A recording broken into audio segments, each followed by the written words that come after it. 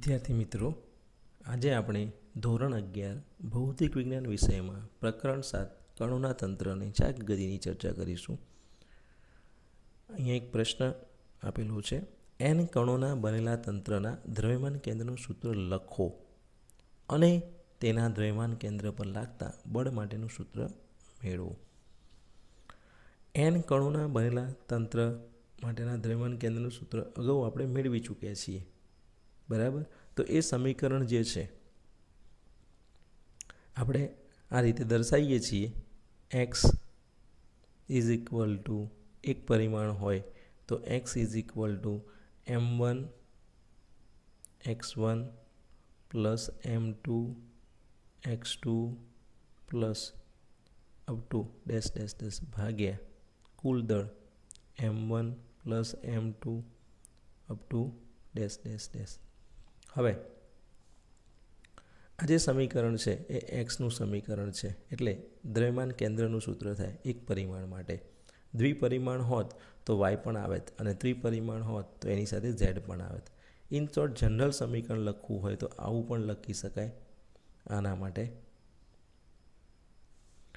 RCM તરીકે બતાવીએ તો RCM દ્રવ્યમાન કેન્દ્ર RCM વડે રજૂ કરી centre of mass m1 r1 સદિશ વત્તા m2 r2 સદિશ વત્તા ડેશ ડેશ ડેશ અપ ટુ mn rn સદિશ અને ભાગાકારમાં આવશે m1 plus m2 up to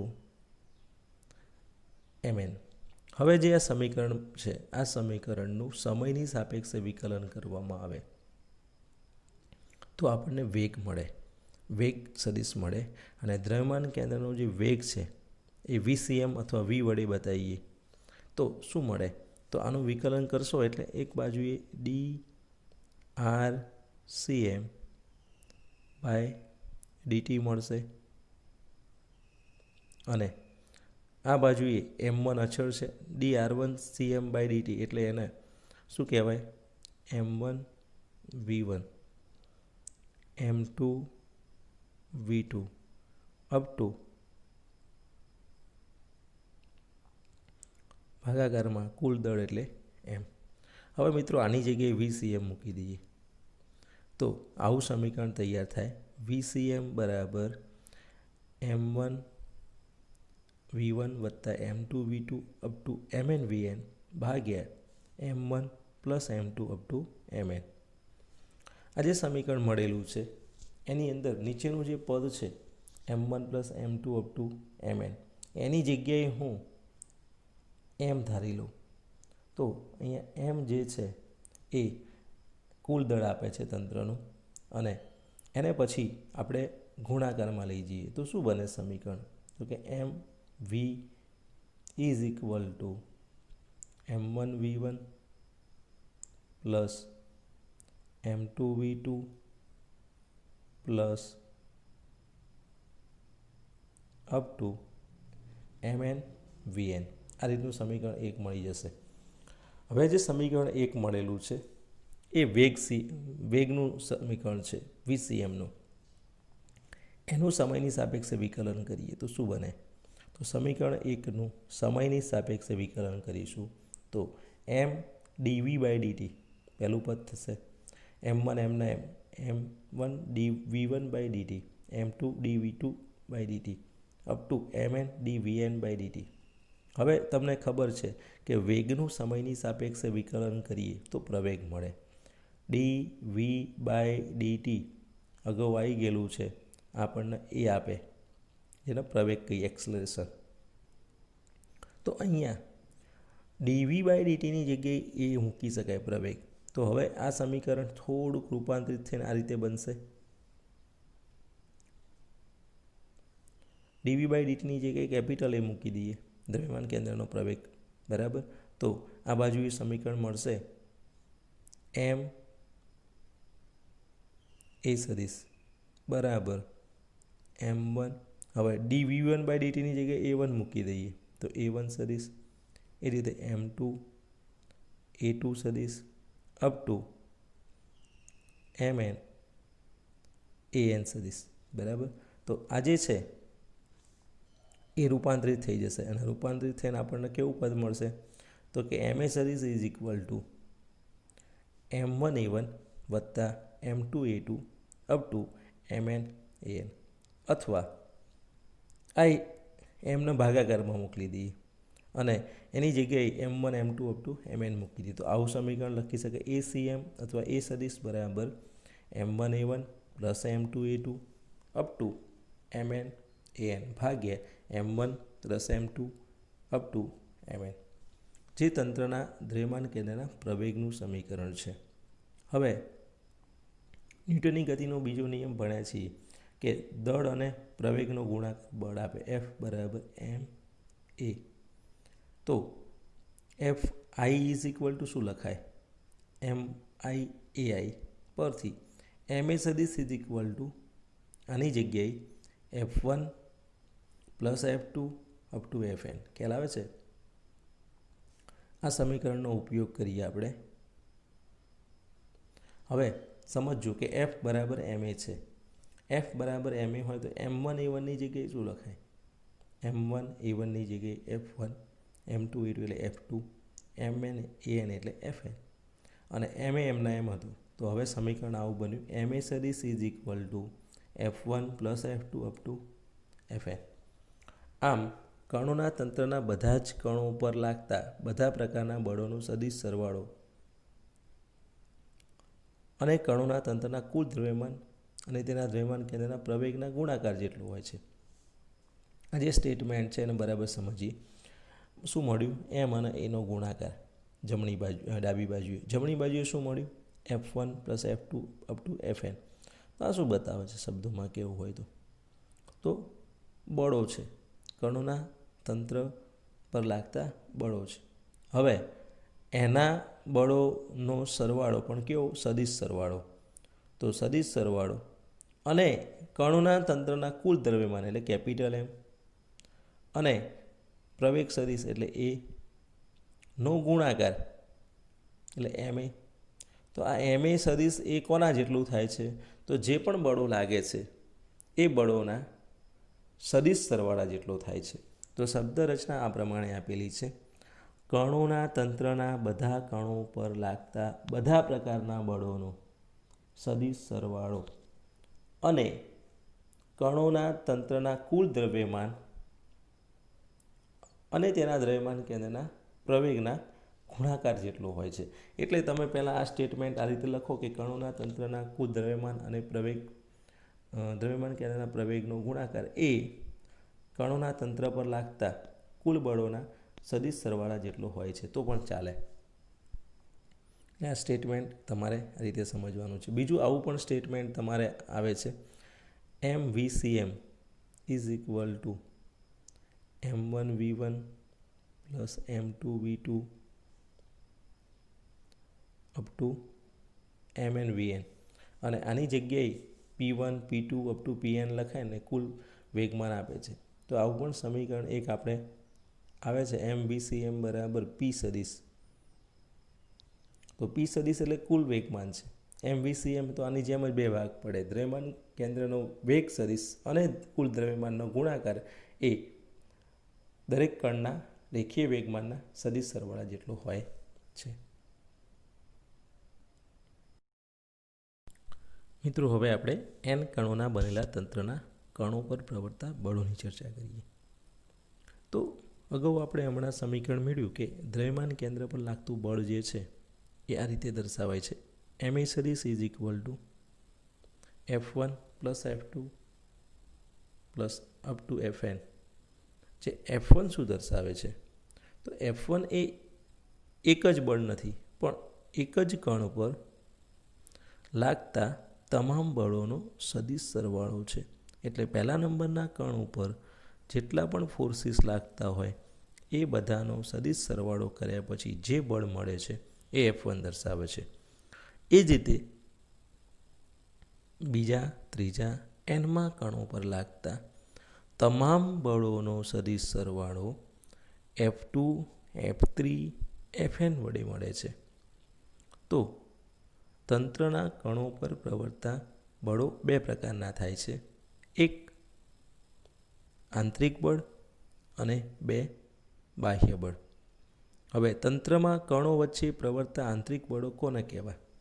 તો એને આપણે અહીંયા આકૃતિ દ્વારા સમજીએ કે જે આંતરિક બળો છે એ કેવી રીતે ડિફાઇન કરવામાં આવે છે, કે આ આના કરતાં કેવી રીતે જુદા પડે છે. તો એ આપણને અહીંયા અલગ આપણે એને ડિફાઇન કરવા માગીએ છીએ. તો એની આકૃતિ તમને અહીંયા સમજાવીને આપેલી છે કે ધારો કે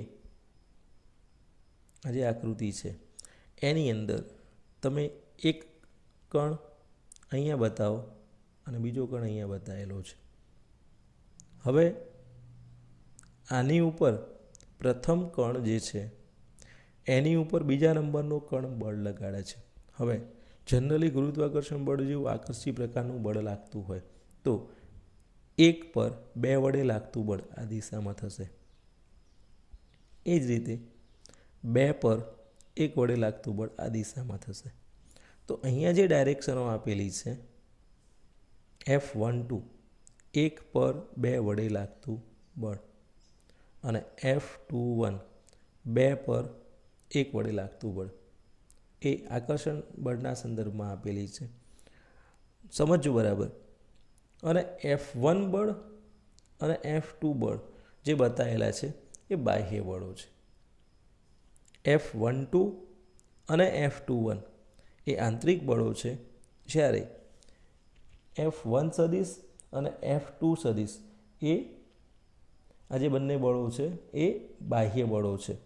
બરાબર. F1 સદિશ ને F2 સદિશ. હવે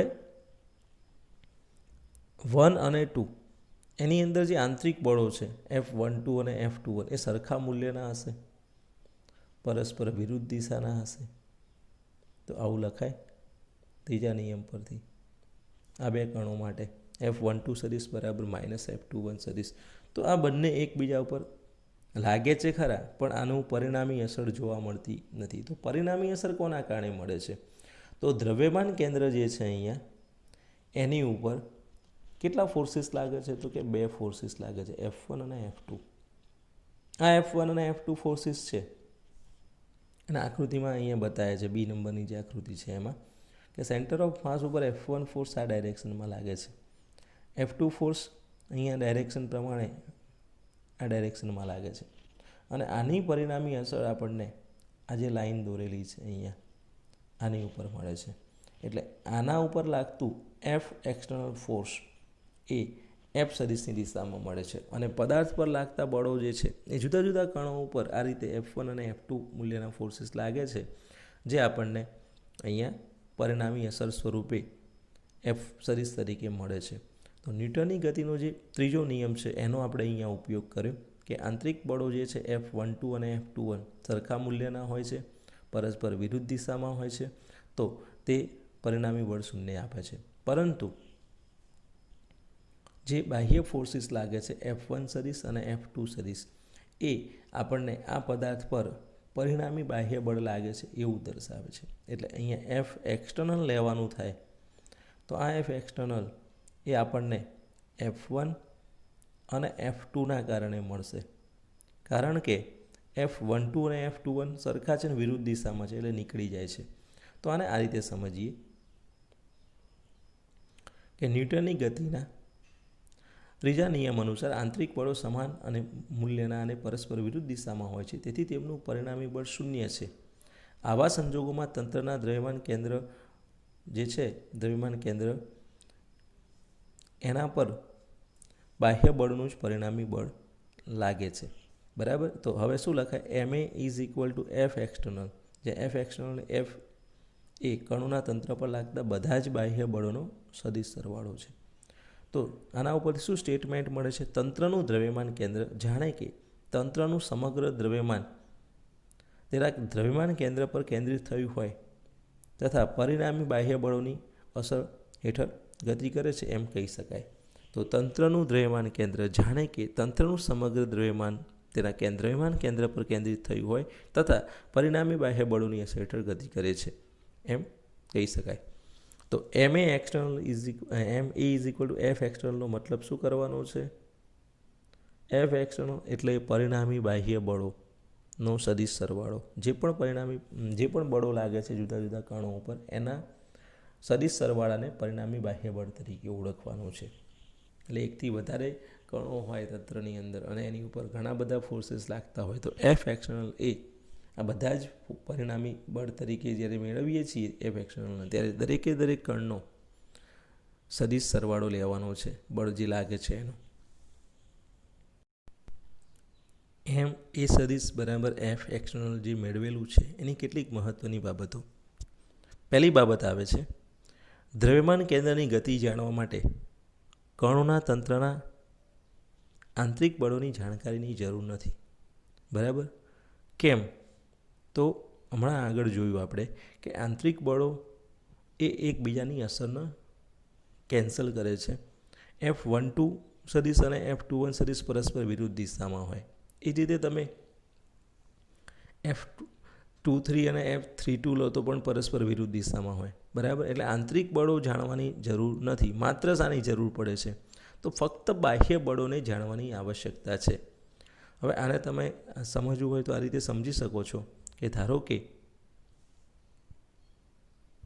આ એક પદાર્થ છે, આની અંદર એક કણ અહીંયા છે, એક કણ અહીંયા છે, એક કણ અહીંયા છે, એક કણ અહીંયા છે. હમણાં આની અંદર આપણે નામ આપી દઈએ 1, 2, 3, 4. તો આની ઉપર જે ફોર્સીસ લાગે છે, 1 પર 2 વડે લાગતું બળ, તો ધારો કે આ દિશામાં છે, અને 1 પર 2 વડે લાગતું બળ છે તો F12 કહીએ. બરાબર? એ જ રીતે 2 પર 1 વડે લાગતું બળ આ દિશામાં હશે અને F21 કહીએ. 1 પર 4 વડે લાગતું બળ આ દિશામાં હશે, F14 કહીએ. 4 પર 1 વડે લાગતું બળ આ ડાયરેક્શનમાં હશે, F41. હવે જુઓ, જેટલા પણ ફોર્સીસ લાગે છે, અહીંયા જુઓ 2 પર 3 વડે લાગતું બળ F23 હશે, અહીંયા આવશે F32, F23, F32. હવે ન્યૂટનની ગતિનો બીજો નિયમ જો તમે એપ્લાય કરી નાખો આ તંત્ર પર તો શું થવાનું છે? અહીંયા આવશે F43, આ બાજુમાં આવશે F34. હવે જેટલા પણ ફોર્સીસ લાગે છે એ બધાનો સરવાળો કરી નાખવાનામાં તો કોણ કેન્સલ થવાનું? તો કે આ 1, આ 2 એકબીજાને કેન્સલ કરશે. 1, 4, 4, 1 એકબીજાને કેન્સલ કરશે. 2, 3, 3, 2 એકબીજાને કેન્સલ કરશે. અહીંયા જે બાકી 2 રાખ્યા 3, 4 અને 4, 3 એકબીજાને કેન્સલ કરશે. તો આનો તમે સરવાળો કરશો કે નહીં કરો કોઈ ફેર પડવાનો નથી. એફ ઇન્ટરનલ બરાબર હંમેશા માટે 0 થવાનું છે. તો મહત્ત્વનું શું છે આપણી માટે? તો મહત્ત્વનું માત્ર ને માત્ર જે છે એ બાહ્ય બળ છે. એટલે અહીંયા સ્પષ્ટ શબ્દમાં આપેલું છે કે આ માટે ફક્ત બાહ્ય બળોને જાણવાની આવશ્યકતા છે. આંતરિક બળો ગમે તેટલા કણો હોય એ આપણને 0 જ મળવાના છે.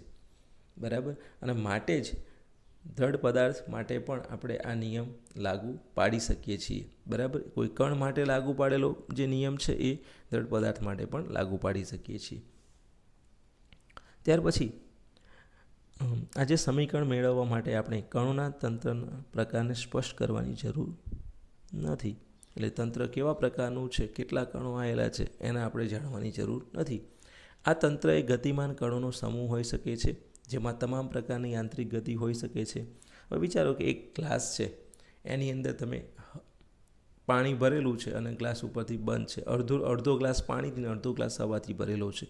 તો એની અંદર કણો આંતરિક ગતિ કરતા હોઈ શકે છે, પણ તંત્ર પર ગ્લાસ પડેલો છે સ્થિર, તો એનો મતલબ કે કોઈ બાહ્ય બળ લાગતું નથી. બરાબર? એટલે અહીંયા પદાર્થ આંતરિક ગતિ ધરાવતો હોય, પદાર્થ દ્રઢ પણ હોઈ શકે. બરાબર? એટલે કે અહીંયા તંત્રને સ્પષ્ટ કરવાની કોઈ જરૂરિયાત ઊભી થતી નથી. અહીંયા જે ત્રીજા નંબરનો મુદ્દો છે, તંત્રના દરેક કણોની ગતિ ગમે તેવી હોય પણ દ્રવ્યમાન કેન્દ્ર એમ એ સદિશ બરાબર એફ એક્શન મુજબ ગતિ કરે છે. આનો મતલબ શું થાય? તો આનો મતલબ એ કરવાનો છે કે તંત્રની અંદર માની લો કે 1000 કણો આવેલા છે, એ અસ્તવ્યસ્ત ગતિ કરે છે. પણ પદાર્થની ગતિ છે, તો તંત્રની ગતિનો જ્યારે તમે વિચાર કરી રહ્યા છો ત્યારે તમારે એ બાબતને ધ્યાનમાં લેવાની રહેતી નથી. કેમ? તો અગાઉ આપણે જોયું કે તંત્રના કણો અંદર જે ગતિ કરે છે એ આંતરિક ગતિ કહેવાય.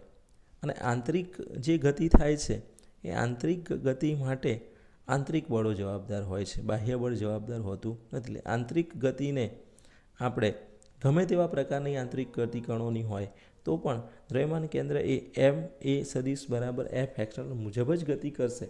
એની ગતિમાં કોઈ ફેરફાર થશે નહીં, કારણ કે આંતરિક બળો વડે લાગતું પરિણામી બળ શૂન્ય થઈ જાય છે. એ આંતરિક ગતિ માટે જવાબદાર છે. બાહ્ય ગતિ એટલે કે સમગ્ર પદાર્થની ગતિનું દ્રવ્યમાન કેન્દ્ર એમ એ એક્સ એ સદિશ is equal to f external મુજબ ગતિ કરે છે. બરાબર, જે આપણે અહીંયા ધ્યાનમાં રાખવાનું છે. તો આ વાત થઈ એમ એ સદિશ બરાબર એફ એક્સટર્નલના મહત્ત્વના મુદ્દાઓની.